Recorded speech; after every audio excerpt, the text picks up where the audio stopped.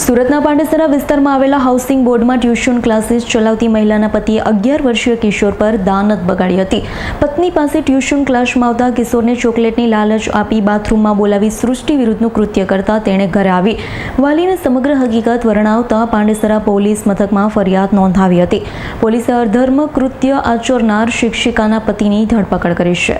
પાંડેસરા પોલીસના જણાવ્યા મુજબ હાઉસિંગ બોર્ડ વિસ્તારની સંતોષનગરમાં રહેતા અને કતારગામ કાપડની મિલમાં સુપરવાઇઝર તરીકે કામ કરતા વિશ્વનાથ ચુનીલાલ પ્રસાદની પત્ની ઘરે ટ્યુશન ક્લાસ ચલાવી પરિવારને મદદરૂપ બને છે।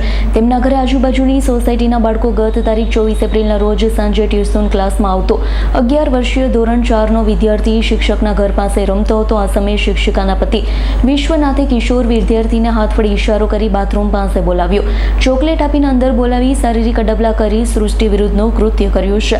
ગુપ્ત ભાગે સખત દુખાવો થતા રડી પડેલા કિશોરે ઘરે જોઈ સમગ્ર હકીકત પોતાના મા બાપને જણાવતા તેઓ ચોંકી ઉઠ્યા હતા। તેમણે અધર્મ કૃત્ય કરનાર વિશ્વનાથ વિરુદ્ધ પાંડેસરા પોલીસ મથકમાં ફરિયાદ નોંધાવી હતી।